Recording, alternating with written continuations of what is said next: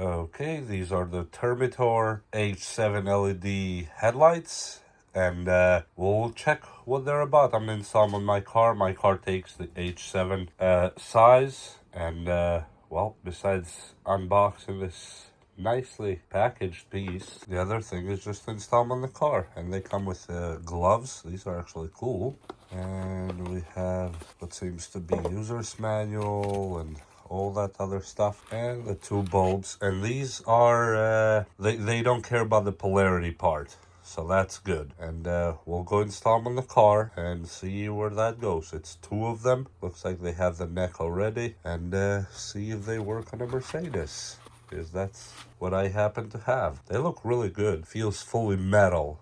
Like there's no plastic at all. This is all metallic. So let's go put them on the car and see how they actually look and operate where they're supposed to be. Okay, so that's where my headlight is positioned. And in this car, fortunately, you don't need to actually take anything out. As you see, there's just this little cap that goes in there. And besides that, I'm just gonna plug in the headlamp itself and then put the plug on it, and we're good to go. And that's it. I'm just gonna have to put the plug in, and it should be good to go. This thing in. Boom. Now it is fully installed, and I'm gonna do the same for the other side. Now, as you see, my headlights are fogged up quite a bit, so there's nothing I can do about that right now. And excuse the noises on the background. I can't do nothing about that either. But I'm gonna go turn it on, and you might see vibrations because that's what LEDs do. My old ones are LED as well, but you'll see the huge difference. The new ones we installed are gonna be on your left side. This side is the new ones, and this side are my old ones. So let me go turn the car on and try the high beam and low beam and all that, and see. Except the new ones we just installed are running lights. So let's see what that does.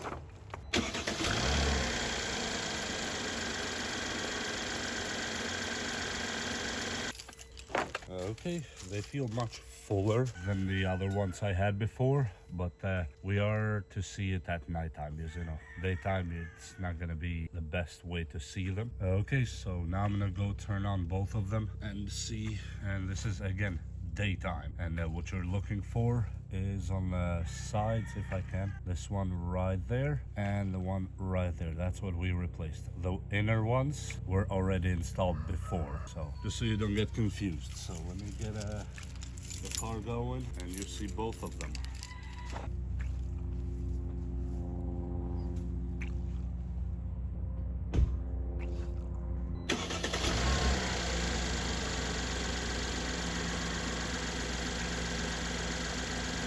That's just how they look in the daytime.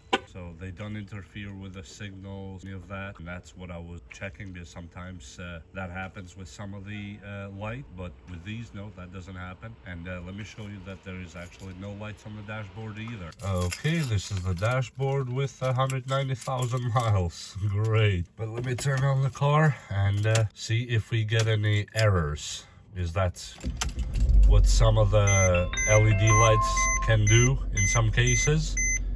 And nope, these ones don't do it. And I had LED lights before that actually on the dashboard I would see check headlights, check low beam, check high beam, all that, if there is something wrong with the lights. And as you see, they're on right there. You can turn off and on. Even though this car is automatic, it turns them on and off. But anyway, let me put the high beams just to see for any interference. Nope, not a single problem at all. Look at that. They simply work. And these are the lights. Now it just got a little bit night. And after the rain, now the camera may not be able to actually capture them good, because they're bright. You see, if I zoom in too much, the camera makes them look like it's shaking, but they're actually not shaking in reality. And I'll take a quick drive somehow, and the new lights are under there, but they will vibrate like that because of the camera. They're actually really good. Let me switch them real quick.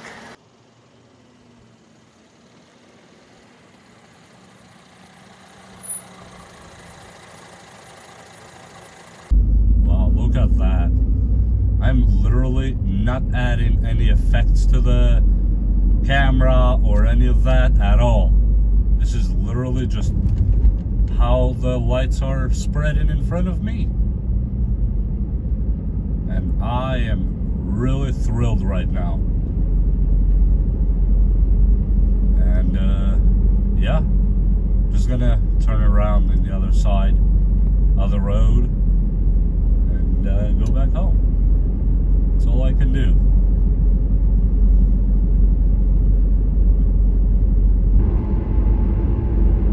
I mean, look at the brightness, how even it is, and they're not pointed up or bleeding too high, because that's another problem. You don't want them to bleed too high and blind incoming drivers.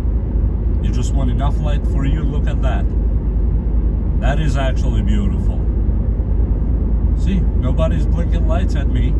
That means we're not bleeding up. And that's a huge point, especially when it comes to upgrading to LED from halogen, because that's what I had prior, halogen. And these are night and day difference, I can tell you right now.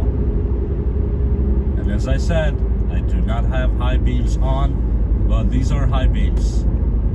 That's the difference with them and the high beams. The high beams make it too much like daylight, but we have to put the high beams down. Look at that.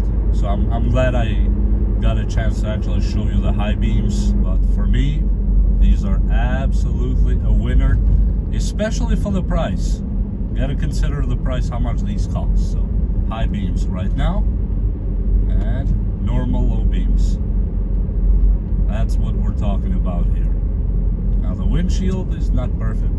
It is what it is. I'm gonna sit there and lick the windshield to make it extremely clean. Yep, it defocuses because the lights are hidden from above.